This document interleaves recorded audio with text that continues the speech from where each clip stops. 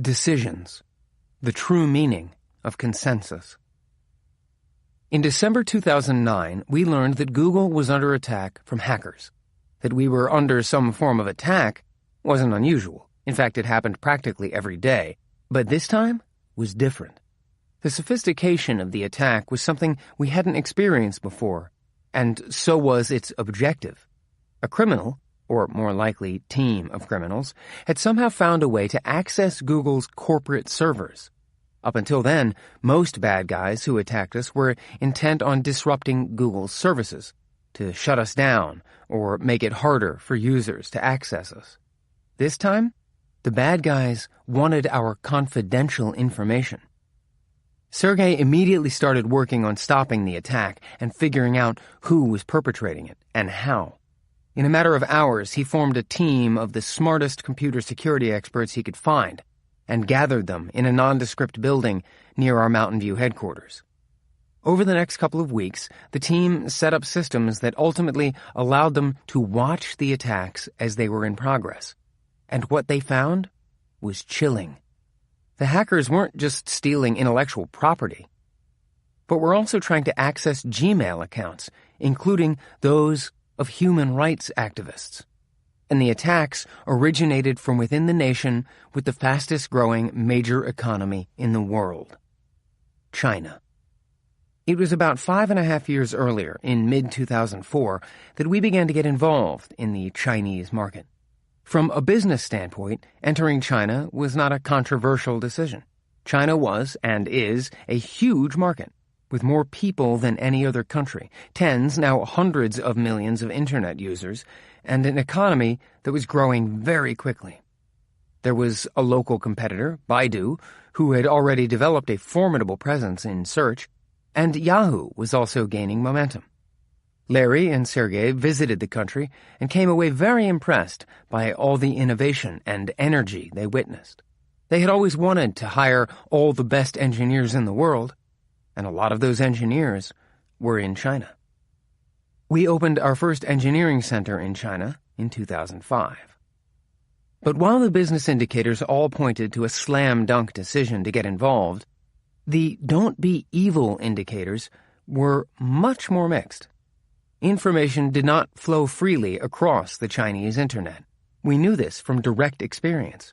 On most days, Chinese citizens were allowed to access our U.S. site, Google.com, and get its unfettered, albeit English, results. But occasionally, Chinese traffic would drop to zero, and people from China trying to get to Google.com would instead be routed to Baidu and its filtered results. Would opening up a localized site in China be better for the Chinese people, even if we would have to abide by local regulations?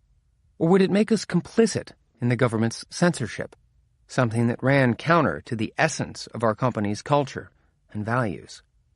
Would establishing ourselves as a local business give us a chance to improve access to information and shed light on the questionable and non-transparent practices of the other search providers in China?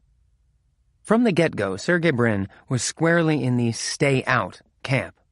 His family had immigrated to the United States from the Soviet Union when he was a child, so he had first-hand experience with communist regimes, and he didn't want to support the one in China in any way.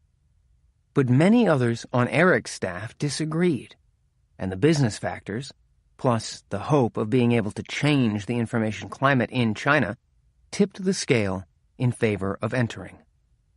Sukhinder Singh Cassidy, who was running our Asia operations at the time, moved quickly, and within a few months established a Google China subsidiary. We set up a business office in Beijing, and we grudgingly decided to comply with local censorship regulations. But with a twist. We would inform users when results were being blocked. They couldn't access the censored information, but at least they could be informed that censorship was occurring. There was a precedent to this approach. Under the Digital Millennium Copyright Act, a U.S. law enacted in 1998, copyright owners can notify websites, in our case YouTube, Blogger, or other Google-owned sites, of content that allegedly infringes on their copyright. If Google removes content in response to a takedown notice, we try to indicate that to users. One thing that surprised us was that many of the censorship requests we received were intended to suppress links to content that didn't violate any clear, written law. Sometimes these requests were an attempt to mitigate spats between various government departments, one agency censoring the public statements of another agency, or to suppress scandals that had been planted online. For example, rumors started circulating that the sparkling new Beijing headquarters of CCTV, China Central Television, had a design based on rather salacious images. So we received and complied with a request to censor searches related to, among other things, CCTV, genitalia, and porn jokes. And for those of you who just Googled those terms, 1, shame on you, and 2, we hope you're not at work. In January 2006, we launched our localized Chinese site, google.cn, with in-country servers, and a few months later, Eric visited Beijing to promote the site. During one of his press interviews, he somehow ended up sitting directly below a framed picture of Mao Zedong and Ho Chi Minh. The U.S. press, which was already ambivalent about Google entering China, had a field day with that one. But things went well after that inauspicious beginning. Our local engineers helped the product get much better, and traffic and revenue grew steadily between 2006 and the end of 2009. With the hacking attacks, all that progress was suddenly in danger. Eric had always believed that engaging in China was not only the right business decision, but the right moral decision as well. While Sergey had always disagreed, Larry had sided with Eric. In light of the attacks, though, Larry was changing his mind. The behavior we were seeing was evil, he told Eric, and wasn't going to stop. In fact, the harassment would likely get worse. Eric agreed with this assessment, but was surprised that self-eviction was our answer. Both founders were now firmly against censoring our results on google.cn. For leaders, decisions are when the hard work begins. There's a reason why the word tough is so often followed by decision. In recent decades, it's also often followed by love, but the implementation of that policy is beyond the sphere of this book. Google's decision to leave China was emblematic of how we reach decisions, how our process works. Formulating a strategy, hiring the right people, and creating a unique culture are all preliminaries to the fundamental activity of all businesses and business leaders: decision-making. Different institutions take different approaches to decision-making based on their hierarchical structure. The Marines, top down, keep it simple. One guy gives the orders to take the hill, everyone else takes the hill. Damn it, there's only one guy in charge here, so put on your helmet and get going. Most big corporations, bureaucratic, have far more analyses to perform before they can decide the best course of action. Do they have all the data they need? Have the analysts crunched it? Did they calculate pro forma revenues and EBITDA? We have nothing against accountants who have good reasons for calculating pro forma revenues and EBITDA, earnings before interest, taxes, depreciation, and amortization. Weeks go by, the seasons change, and the hill stays before them untaken. Maybe next quarter, the hill is definitely one of our stretch goals. And in the hip startup, Enlightened, the CEO proclaims that she works for the employees, so decisions are made by consensus. Everyone gets a say, and the arguments are collegial, considerate, and last forever. Let's everyone go chillax, grab a cappuccino, and meet back here in a half hour to see where we stand, hill-wise. So who's right? Top-down, Marines, bureaucratic corporations, or enlightened startups? The pace of business change in the Internet century dictates that decisions be made quickly. The Marines win in that regard. More demanding and informed customers and increased competition dictate that they be as well informed as possible. The corporations may have an edge there. And having a team of smart creatives dictates that everyone gets a say. Hello, startups. So all of them are right, of course. And they are all wrong, too. The answer lies in understanding that when it comes to making decisions, you can't just focus on making the right one. The process by which you reach the decision, the timing of when you reach it, and the way it is implemented are just as important as the decision itself. Blow any of these, and the outcome will likely be negative. And since there's always another decision to be made, the impact of a poorly executed decision-making process can reverberate past that one issue. As Sergey and his team continued their investigation throughout the latter part of December 2009, Eric knew that one of the most important decisions in the company's history was at hand. Although he believed that staying in the China market was the best thing for the company, he also knew that both of the founders now disagreed with him. They no longer felt that our presence in the market was helping change government censorship practices, and didn't want to participate in any way in that censorship. It would be an uphill battle to change their minds. So Eric's focus shifted. It wasn't just about making the best decision for the company, but about orchestrating the process so the company reached that decision in the best possible way. There would be other crises and other important decisions, and the smart creatives who populated his staff and ran the company would be paying attention to and learning from how this one was handled. It was especially challenging, given that he was reasonably confident he would disagree with the outcome. Sergey and his investigative team conclusively confirmed the origin and scale of the attack in early January. And the news was bad. Not only were the hackers trying to steal source code, they had also attempted to compromise the Gmail accounts of several Chinese political dissidents. Sergey felt it was important to announce the attack and how Google would react very quickly. There was little disagreement on that point. In Eric's staff meeting that first week of January, Sergey forcefully made the argument that, as a response to the hacker attacks, we should stop complying with government censorship policies. He wanted us to stop filtering search results on Google.cn, even if it meant that the government would likely shut down the site, reversing much of our hard-won progress in the market. He stood up in the meeting to deliver his point. Usually Sergey stands in meetings only when he's wearing his rollerblades. Eric was traveling that day and attending the meeting via video conference, so he counseled his team to consider all the data and come to the next meeting prepared to express and defend a position on what the company should do. Because of the urgency of the situation, Eric convened the next team meeting for the following Sunday afternoon, January 10th, 2010, at 4 p.m.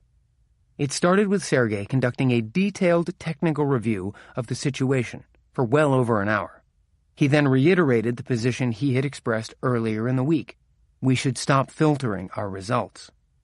Eric knew that Larry was on Sergey's side, which meant that the decision was effectively made.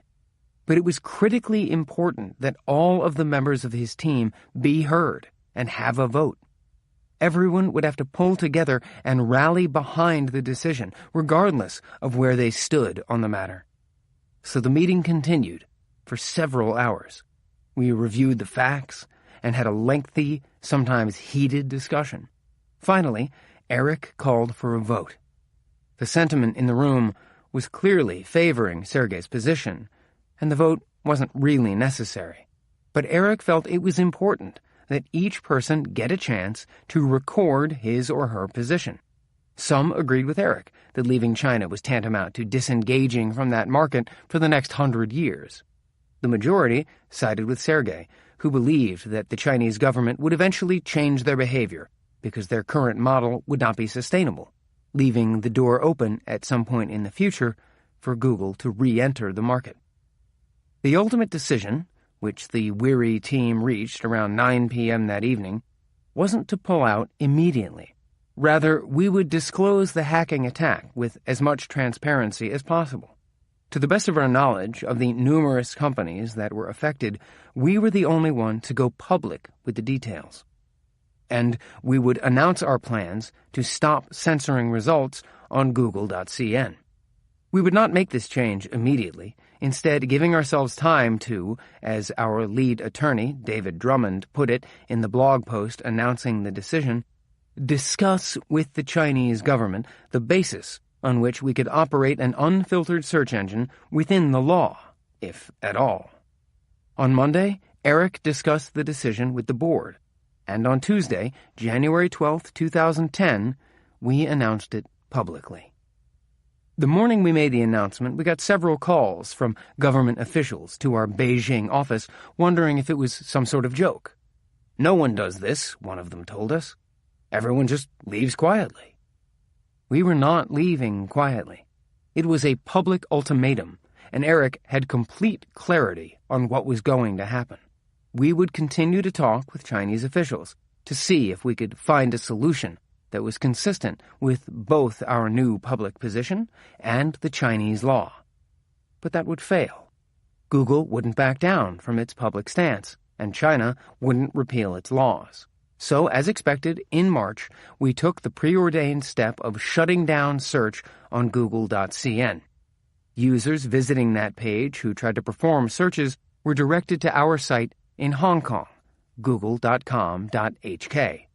From that point on, Google search results would be subject to being blocked by the Great Firewall of China. Our traffic dropped precipitously. The TGIF of January 15, 2010, was dominated by discussion of the Chinese issue. Sergey and the security team presented in great detail what had happened and reviewed the process by which the management team had made its decision. But before he could even get started, Googlers gave the entire senior team a long and thunderous standing ovation. The response from employees in China was, of course, very different. They feared for their jobs and even their security. Head of engineering Alan Eustace, along with several dedicated team members in China, was instrumental in steering morale back on track, ensuring that the China team remained safe, engaged, and successful throughout that turbulent time. As a result, the legacy of the China decision was a giant dose of goodwill from Googlers around the world, and the legacy of the thoughtful process by which it was made was the reaffirmation of a set of principles governing how all tough decisions should be made. Decide with data. One of the most transformative developments of the Internet century is the ability to quantify almost any aspect of business. Decisions once based on subjective opinion and anecdotal evidence now rely primarily on data. Companies like ours aggregate anonymous signals from mobile phones to provide accurate traffic data in real time. London's water pipes are monitored by thousands of sensors, reducing leakage by 25%. Ranchers embed sensors into their cattle that transmit information about the animal's health and location. Each cow transmits about 200 megabytes of data per year, allowing ranchers to fine-tune what, when, and how much they feed their cattle. That's a catalyst for change.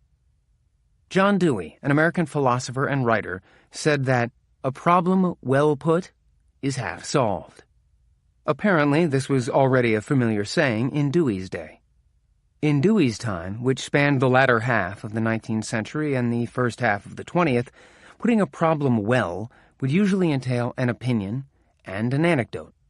But as Berkeley political science professor Raymond Wolfinger once observed, the plural of anecdote is data, which means, by our interpretation, that if you don't have data, you can't decide. Wolfinger went on to note that the singular of data is datum, then dismissed class early because he had a date. This is why most conference rooms at Google have two projectors. One of them is for video conferencing with other offices or for projecting meeting notes. The other is for data. When discussing options and opinions, we start the meeting with data. We don't seek to convince by saying, I think. We convince by saying, let me show you. A bias toward data is a great way to kill the death by PowerPoint syndrome.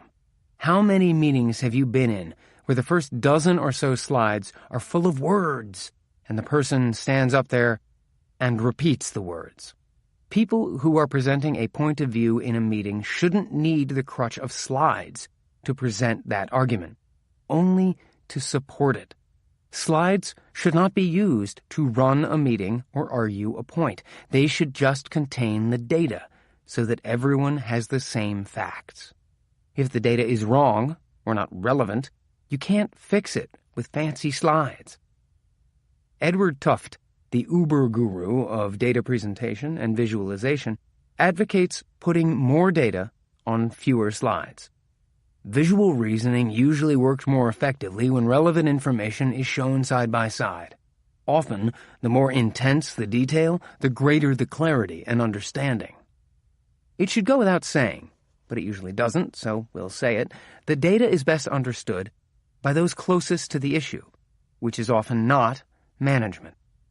As a leader, it is best not to get lost in details you don't understand, but rather trust the smart people who work for you to understand them.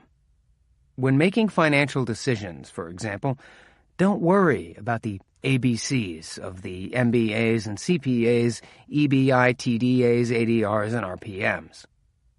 Focus on what matters, which is usually cash and revenue. A frequent Eric aphorism during financial discussions: revenue solves all known problems. This applies to technical and product decisions as well. Eric was once in a meeting with the CEO of one of Google's partners. The executives were debating some technical issues and doing a rather poor job of it. So a young Googler who had been listening from the corner stepped up and presented several data points to clarify Google's position.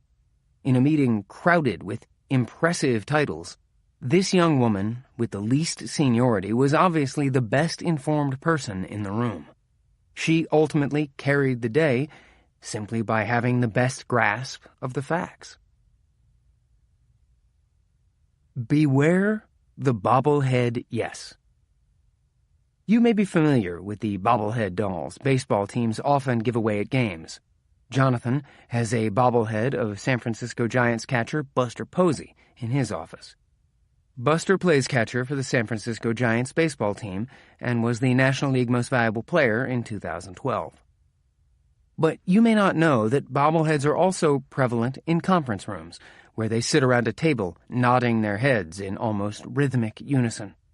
Tim Armstrong, AOL CEO and former Googler, dubbed this phenomenon the bobblehead yes. When Eric was CEO at Novell, he gave it his own name, the Novell nod. Bobblehead yesers are different from your classic yes men because, unlike them, bobbleheads have a nasty tendency to complain and whine and not do or support the very thing to which they just agreed as soon as they walk out of the meeting. This is something bobblehead Buster Posey would never do. Getting everyone to say yes in a meeting doesn't mean you have agreement. It means you have a bunch of bobbleheads. Many leaders strive for consensus-driven decisions, but they fundamentally misunderstand the meaning of consensus. For those of you who skipped Latin, it stems from the Latin cum, meaning together with, and sentire, meaning to think or feel. So it literally means to think or feel together. Note that this implies nothing about unanimity. Consensus is not about getting everyone to agree. Instead, it's about coming to the best idea for the company and rallying around it. Reaching this best idea requires conflict. People need to disagree and debate their points in an open environment because you won't get buy-in until all the choices are debated openly. They'll bobblehead nod, then leave the room and do what they want to do. So to achieve true consensus, you need dissent. If you are in charge, do not state your position at the outset of the process. The job is to make sure everyone's voice is heard, regardless of their functional role, which is harder to achieve when the top dog puts a stake in the ground. As General Patton famously said, "If everyone is thinking alike, then somebody isn't thinking." Although this quote is commonly attributed to Patton, we couldn't find any direct proof of his actually saying it, at least not from his memoir, War as I Knew It, or from his famous speech to the Third Army. But the internet says he did, so it must be true. That's a joke. If you've hired well, there's good news. There is dissension in the ranks. Lots of people are thinking. Smart creatives, especially at the most senior leadership level, should and usually do think of themselves as owners of the business, rather than leaders of just their particular area. Therefore, they should have opinions, and quite possibly valuable insights, even about decisions that fall outside their realm. Encourage this, since it helps build a stronger bond among the team and stronger support for the ultimate decision. Using data can be helpful to get everyone to weigh in, since it's not personal. Researchers who studied executives making group decisions write, "Some managers believe that working with too much data will increase interpersonal conflict by expanding the range of issues for debate. We found that more information is better if the data are objective and up to date, because it encourages people to focus on issues, not personalities. There is a direct link between reliance on facts and low levels of interpersonal conflict. Be especially aware of the quiet people. Call on the ones who haven't spoken up yet. They may be dissenters who are afraid to disagree with you in public, but need to get over that fear. Or they may be of the shy but brilliant type. Or perhaps they truly have nothing to say, in which case maybe they shouldn't be at the meeting in the first place. One technique is to throw out a few stupid softballs that let people dip their toe in the water of disagreeing with the boss. I think we should all pour hydrochloric acid on ourselves. Thoughts? Do your best to surface all potential dissent early in the process. There is a natural and valid bias toward rejecting dissent the later it surfaces in the decision-making process. Once everyone weighs in with an opinion, then the argument will be on, and everyone can participate in the decision-making process and have their voice be heard. A proper consensus-driven process has elements of inclusion, involving all the stakeholders in a participatory manner, cooperation, aiming for the best decision for the group, sometimes at the expense of a minority or individual, and equality. Everyone on the team counts and can at least temporarily engage in blocking behavior. Above all, it is solution-oriented. The right decision is the best decision, not the lowest common denominator decision upon which everyone agrees. And it's not always your solution. As Coach Wooden once said, "Be interested in finding the best way, not in having your own way." Know when to ring the bell. This conflict-based approach works only if it is managed by a single decision-maker who owns the deadline and will break a tie. Often, there is too much data, or the data is inconclusive. When that happens, people can debate for hours. A time sink that often ends in mediocre compromise and always incurs a hefty opportunity cost, since there are always better things for smart creatives to be doing than rehashing a decision for the umpteenth time. There is a point at which more analysis won't lead to a better decision. This is the most important duty of the decision maker. Set a deadline, run the process, and then enforce the deadline. It's like the kids on the playground at recess. They will play forever. But when the bell rings, they know they have to wrap it up and head back to class. Hopefully, employees are better behaved and less prone to hogging the monkey bars. The decision maker gets to decide how long recess lasts, then ring the bell. Just the act of setting a deadline can help a team pace itself and reach a decision in a timely manner. Kathleen Eisenhart, who has long studied decision-making in technology companies, finds that executive teams that make fast decisions actually consider more, not fewer, options. Our coach and mentor Bill Campbell told us a story of how he had just joined Intuit as its CEO when he heard of an important product decision that had stalled. The executive in charge of the product had gathered plenty of data, but the numbers were inconclusive, so he ordered up more research. Then, when the new set of data was still not helpful, he ponied up for yet another feeding at the data trough. Bill got wind of this and ordered a stop to the dilly-dallying. "Do something," he told the executive, "even if it's wrong." Tom Peters would call Bill's attitude in this situation a bias for action, and his book, In Search of Excellence, lists it as a top common attribute of the companies he studied. Many designers also believe a bias for action is a positive force, nothing short of a core mindset of design thinking, according to the Stanford Design School, aka the D School, because design school isn't designy enough. It promotes a hands-on, trial-and-error approach. If you're not sure if a course of action is right, the best thing you can do is try it out, and then correct course.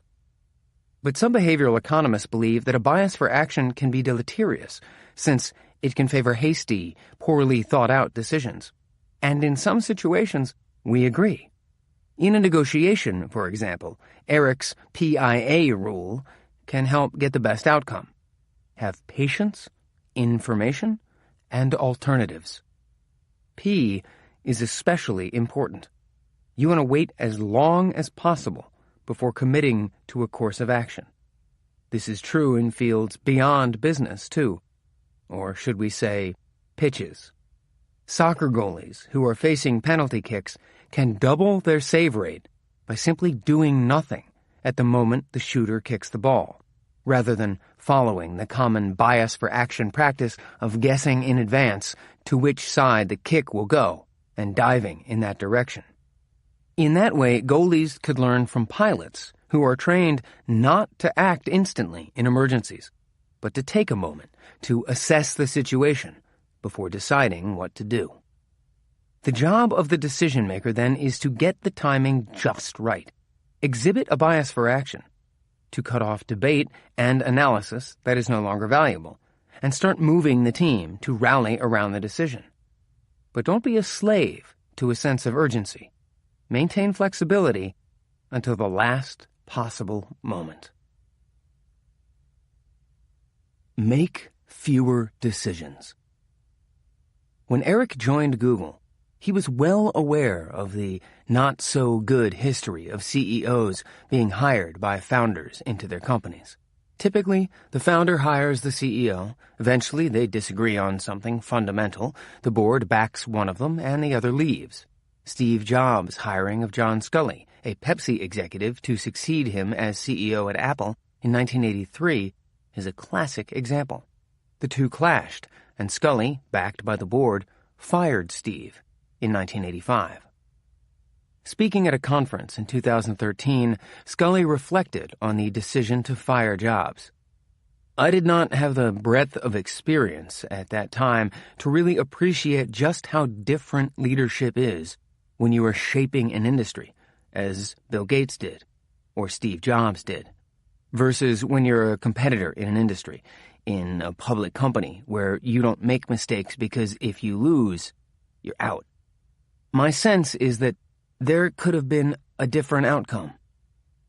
To avoid a similar fate, when he joined Google, Eric decided he would let Larry and Sergey do what they did best, and he would focus more on the stuff needed to build the company at such an incredible pace so it could continue to operate effectively and efficiently.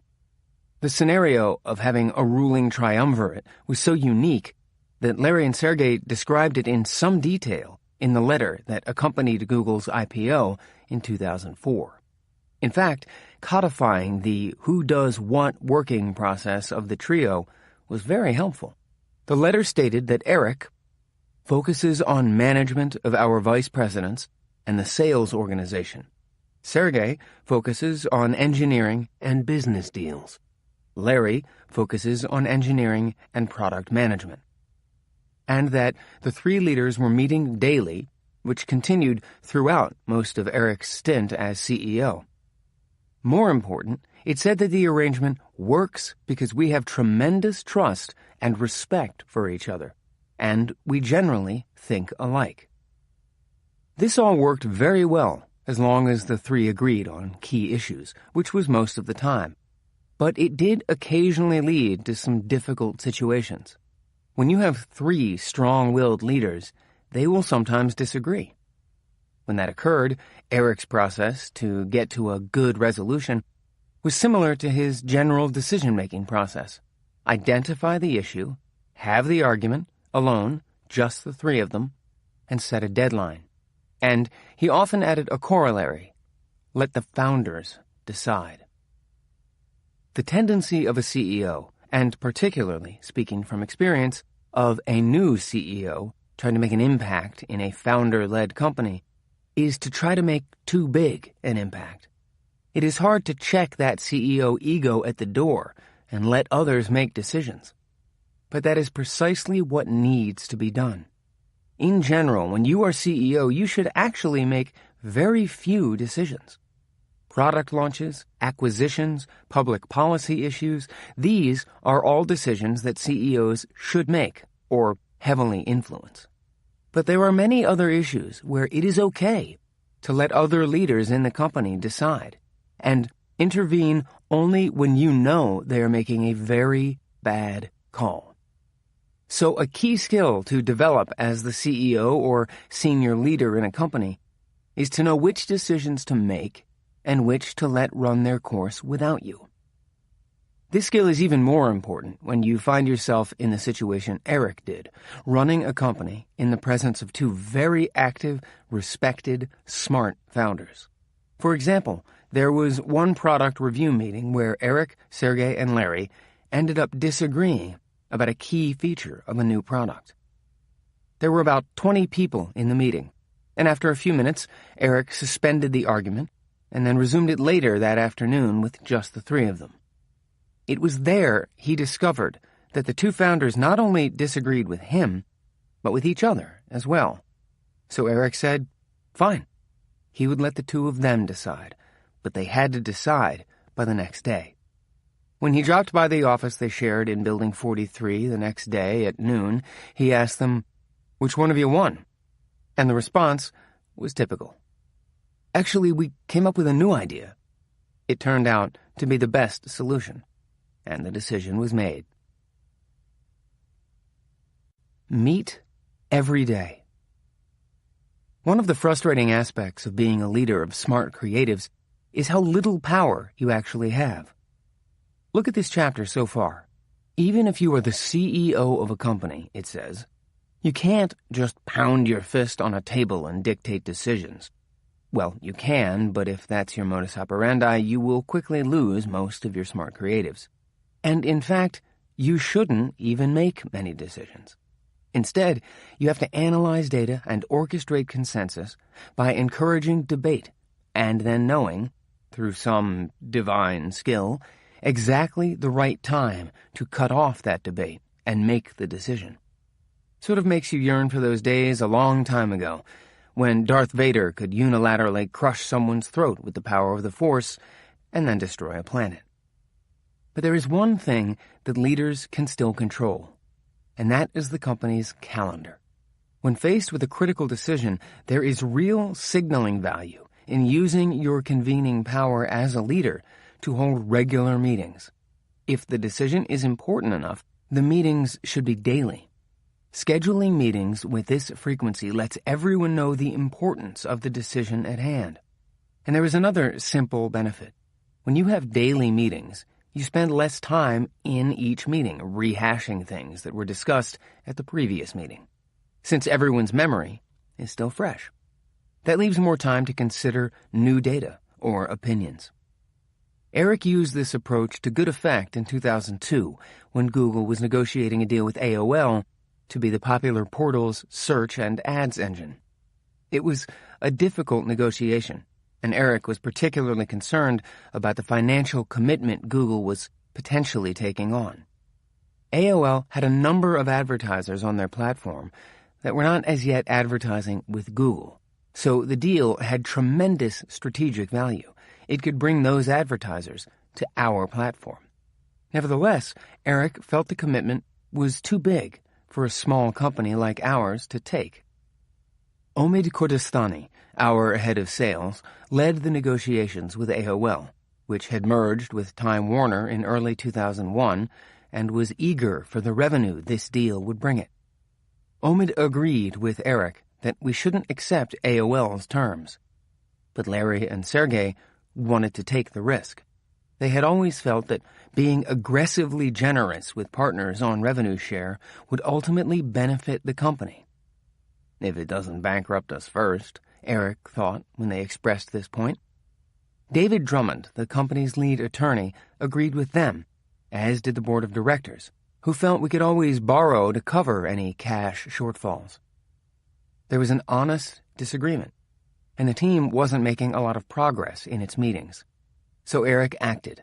He set up even more meetings, and he set a deadline. For the next 6 weeks, the team would get together every day at 4 p.m. to review the AOL deal. By the end of that time period, they would come to a decision and conclude the negotiations with AOL one way or another.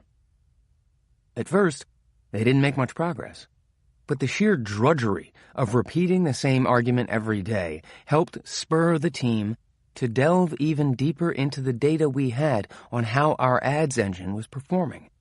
And over the weeks, we performed analyses that demonstrated that the deal wasn't as risky as we had originally thought. We started to realize that we could afford it. And we were right.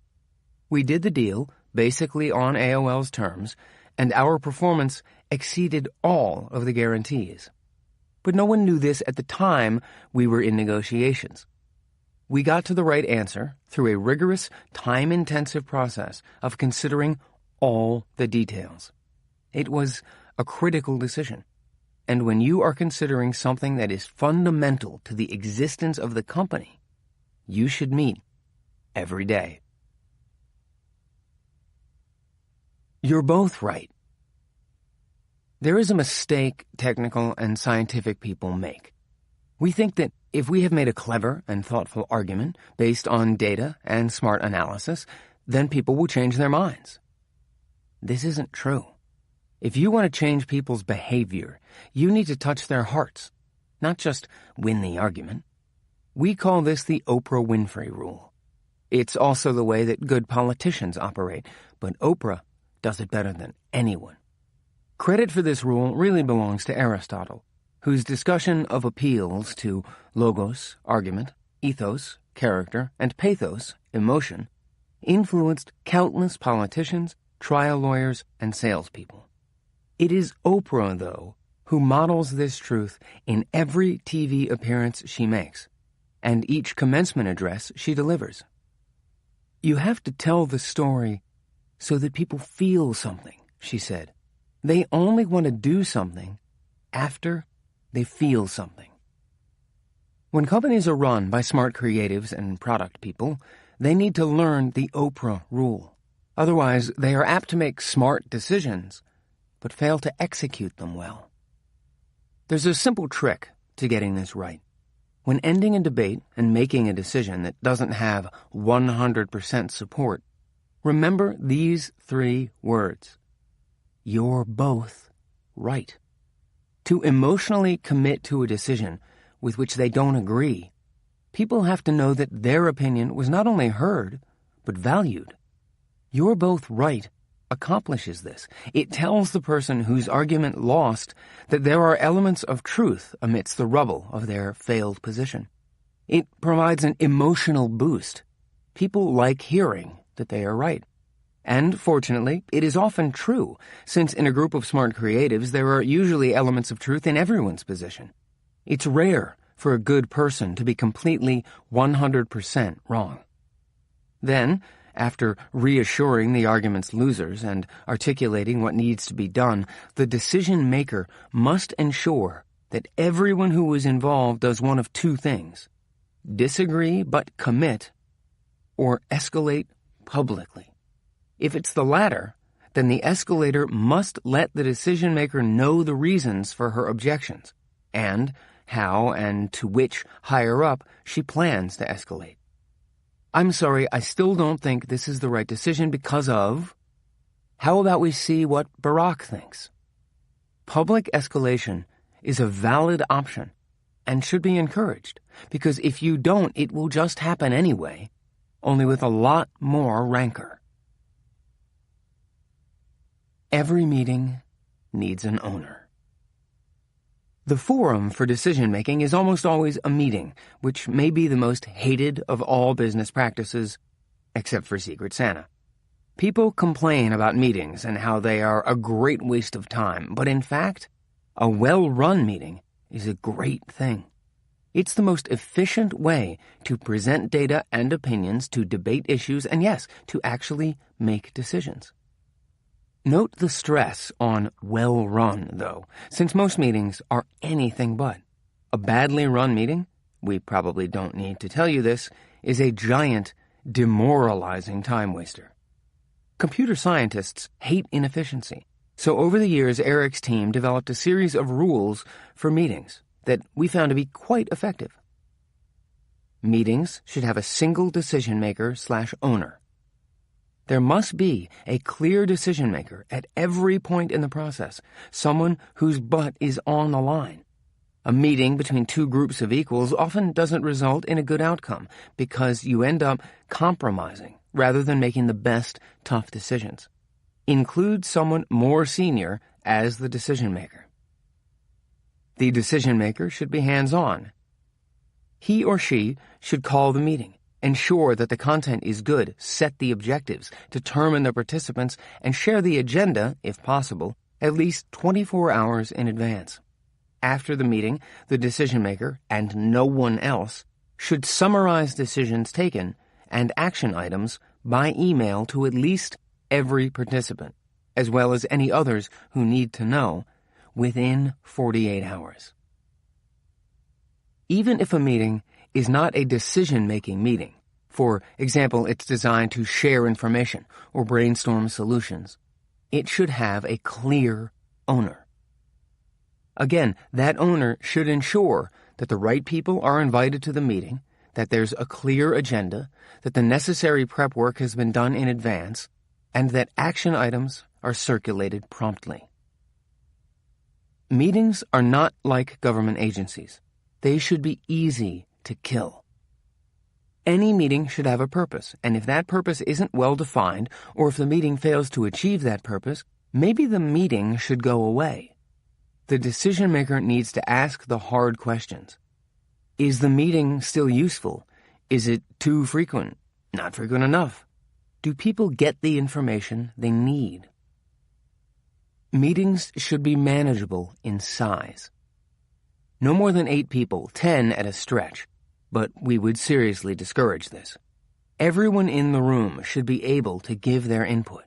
If more people need to know the result of the meeting, make sure you have a process for communicating it, rather than bringing them in as observers, which lowers the quality of the meeting and people's ability to talk openly. Attendance at meetings is not a badge of importance.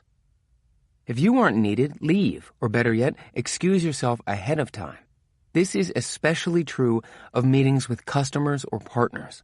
Many times we have walked into an intimate meeting with a senior executive from one of our customers or partners, only to find the room full of people. We can't help it if customers feel the need to bring their entire org chart to the meeting, but we try to control our side. Fewer people is almost always better. Timekeeping matters. Begin meetings on time. End them on time. Leave enough time at the end to summarize findings and action items. If the meeting has accomplished its goal before its allotted time runs out, then end it early. Remember, we are human. Schedule time for lunch and bio breaks, and be respectful of employees working in different time zones. They like to spend time with their families, too. These common courtesies get forgotten too often. Paying attention to them will earn the respect of employees and colleagues. If you attend a meeting, attend the meeting. Multitasking doesn't work. If you are in a meeting and using your laptop or phone for something not related to the meeting, it's obvious your time is better spent elsewhere. Everyone attending a meeting should focus on the meeting, not other work. And if people have so many meetings that they can't get work done, then there is a simple solution. Prioritize and go to fewer meetings.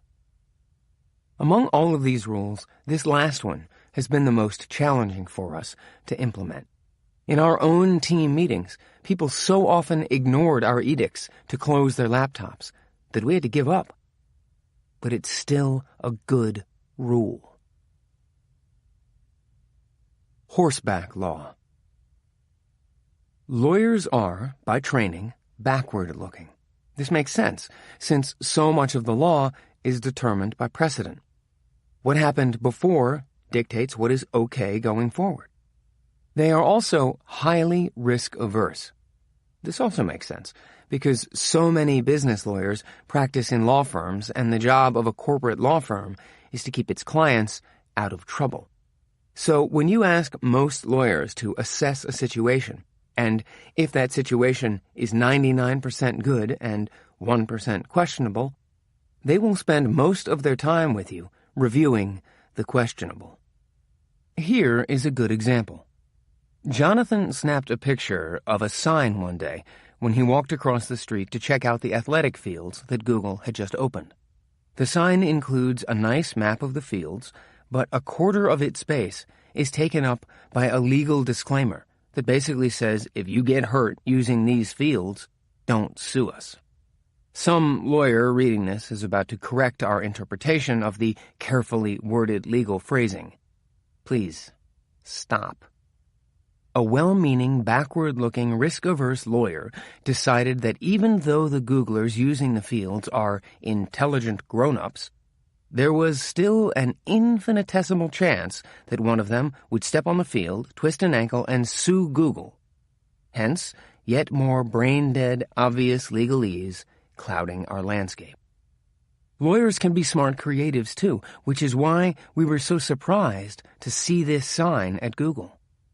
The backward-looking, risk-averse approach to the law, which is so common in corporate America, doesn't work in the Internet century, when business evolves at a pace that is several orders of magnitude faster than the pace of legal change. A smart creative-fueled business that is trying to innovate will be lucky to be right 50% of the time, which can be a problem for a lawyer whose risk tolerance is in the single digits. This is why, when they were building Google's legal department, David Drummond and his colleagues, Kulpreet Rana and Miriam Rivera, set out to create an environment where lawyers approach their jobs differently.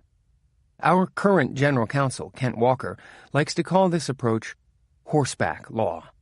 Take a look at any old Western movie. We like Butch Cassidy and the Sundance Kid. Eric is Butch because thinking is what he's good at, and Jonathan is Sundance because he's fast on the draw. But unfortunately, not as accurate as the Redford-played bank robber. There is always the scene where the cowboy rides up on his horse and comes to a stop, surveying the situation and deciding what to do next. Kent advises his lawyers to do something similar. In certain situations, it's often enough to ride up on a horse, figuratively speaking usually, make a quick assessment, then mosey on. While many decisions, for example, a major acquisition, a legal compliance question, may call for detailed analysis, don't feel that you always have to dismount and spend weeks writing a 50-page legal brief. Of all the things that could possibly go wrong and what would happen if they did. In the early stages of a new project, the analysis won't be 100% correct anyway. In those situations, it isn't the lawyer's job to cover every possible angle in detail. It's his job to look into an unforeseeable future and provide educated, quick guidance to the business leaders making the decisions. Then saddle back up, partner.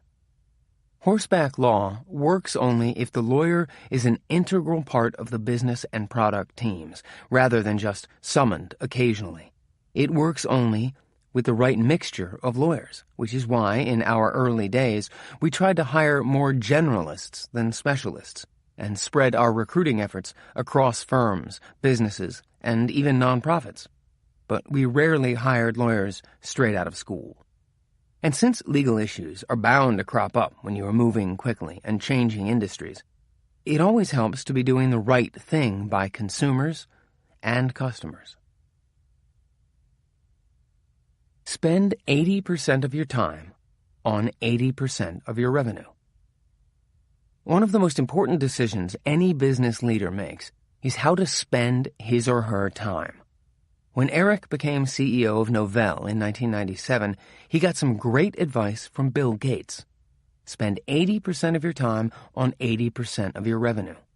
But this rule can be deceptively hard to actually follow. At Novell, the company's core business was the NetWare software suite, which enabled local area networking between PCs and workstations. Eric and his staff, though, were excited about growing a new product, NetWare Directory Services, or NDS, that provided a central point of management and access to network resources ranging from people and groups to printers and workstations. NDS clearly had big growth potential as networks proliferated, and it was hard for Eric and the team to resist spending more time on it. Leadership teams often underestimate how long it takes for revenue from a new product area to ramp up. That shiny new stuff can be much more interesting than the boring old core business stuff. But it's the core stuff that pays the bills, and if you make a mistake there, you probably won't be able to recover. Even though Eric thought he was heeding Bill's advice, in retrospect, he should have been spending more time on NetWare. You have to focus on your core business. You have to love it. Have a succession plan. Loving a business means having a plan for leaving it. But leaders often neglect to think about who will succeed them. In most companies, your successor is already there.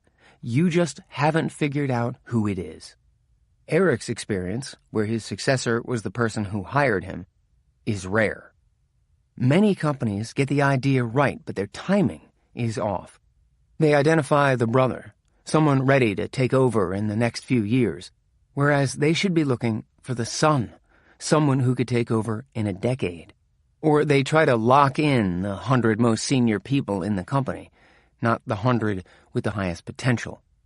The right approach is to look for the outstanding smart creatives who are already progressing rapidly through the ranks.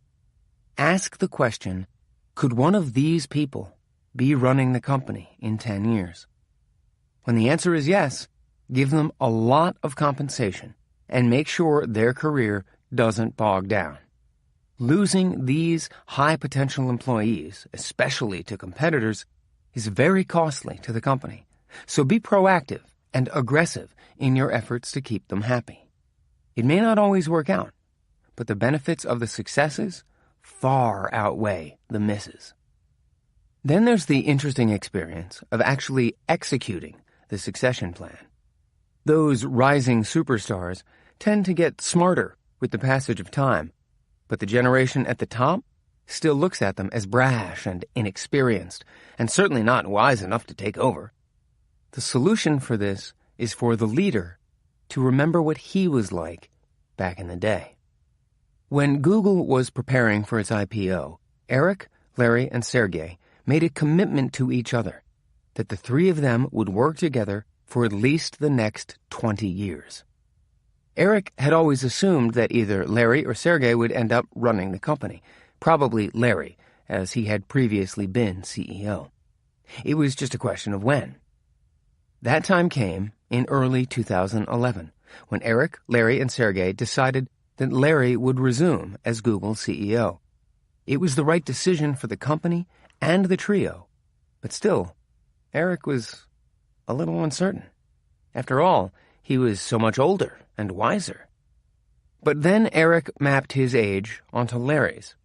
At the time, Larry was nearly 38 years old, and when Eric was that age, he felt he was ready to run a company. He was 41 when he took over the reins at Novell. It was a bit of a surprise, but by following this thought process, Eric realized that Larry was quite ready and would be very successful as Google's CEO. The world's best athletes need coaches, and you don't? In the summer of 2002, when Eric had been on the job as Google CEO for about a year, he wrote a self-review of his performance and shared it with his team. The document included highlights, developed proper business processes, objectives for the next year, run the clock faster without compromising the future, and areas where he could have performed better. The last category included several points, but one self-critique stands out as the most important. Bill Campbell has been very helpful in coaching all of us. In hindsight, his role was needed from the beginning. I should have encouraged this structure sooner, ideally the moment I started at Google. This was a 180-degree turnaround from a year earlier. When Eric started at Google, board member John Doerr suggested that he work with Bill as his coach. Eric's reply, "I don't need a coach. I know what I'm doing." Whenever you watch a world-class athlete perform, you can be sure that there is a great coach behind her success. It's not that the coach is better at playing the sport than the player. In fact, that is almost never the case. But the coaches have a different skill.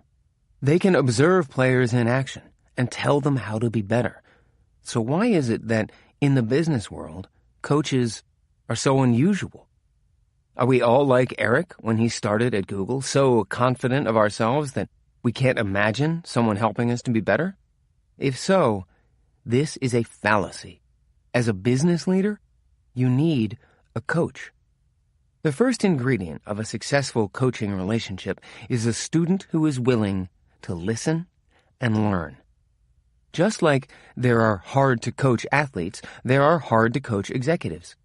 But once they get past that initial reticence, they find there are always things to learn. Business coaches, like all coaches, are at heart teachers, and Bill Campbell, the best coach around, tells us he believes that management is a skill that is completely learnable. For Jonathan, class began right around the time when Larry Page was calling the regimented product plan that he created stupid. The following week, Jonathan was sitting in Coach Campbell's office, wondering why he had ever joined this chaotic startup and contemplating quitting. "Don't quit," Bill implored him. "Stick it out. Maybe you'll even learn something. For that, and for everything else you have done for us. Thank you, Coach."